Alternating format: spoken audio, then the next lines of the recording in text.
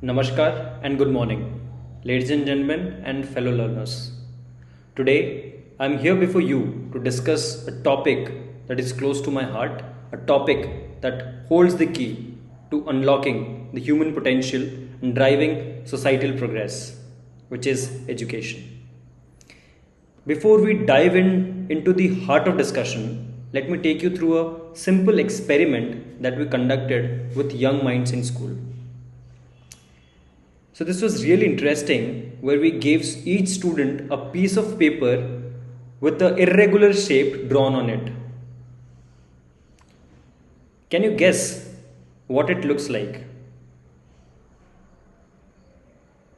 As most of us would have guessed it as an umbrella. So did my students. And here comes the best part of the experiment. We challenged their thought process by asking them to create almost anything but not an umbrella. After 15 minutes, we asked students to show what they have created.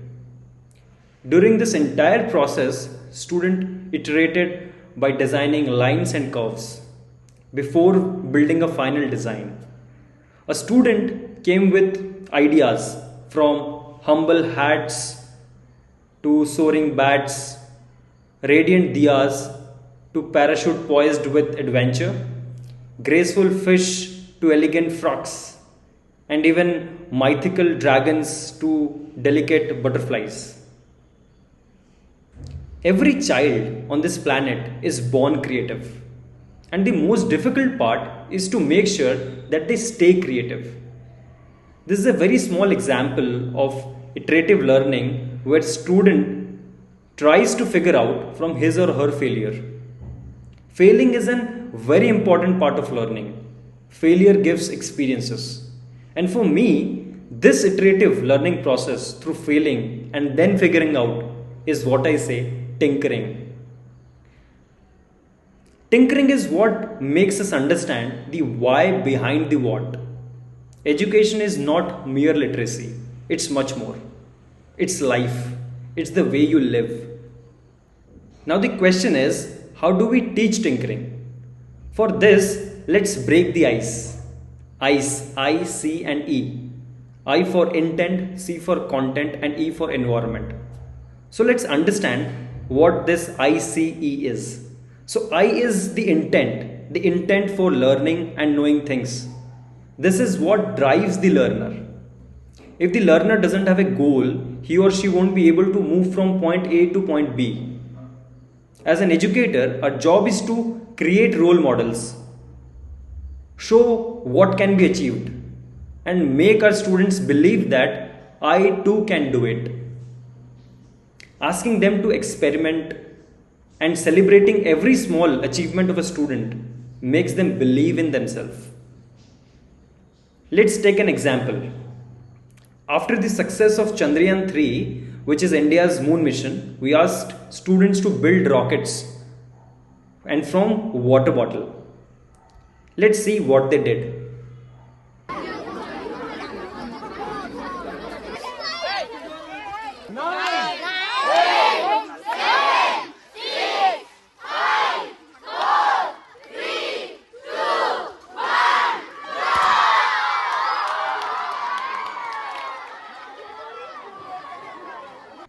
After this experiment and tinkering, a lot of students now wanted to become scientist, rocket engineer, and much more. And this intent will drive them to achieve something big in life. Now let's talk about the C of ICE, that is the content. Content is what supplements the intent and helps the learner learn. A good content engages the learner through practical experience. As a teacher, our job is to find out ways to teach every small concept through experience so that the learning stays in their mind. The content may be anything. It may be a book, it may be a play object, it may be a activity, or it may be an educational tool. From my last 8 years of learning as a teacher and a tinkerer, I tried to develop a wide range of educational tools. Here's the example of a tool which I use to teach students less than, greater than, and equal to sign.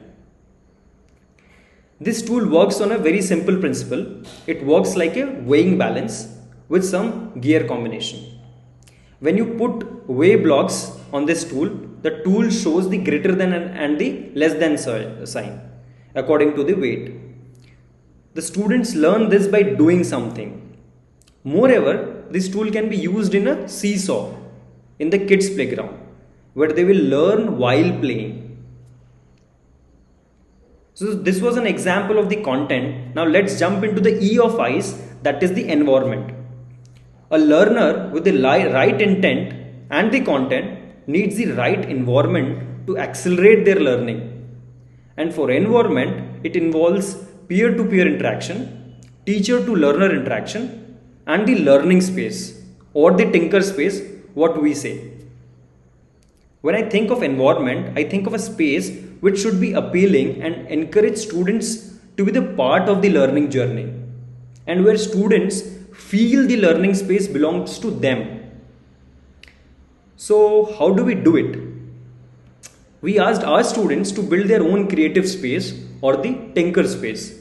Surprisingly, what I saw was students in groups started ideating and discussing.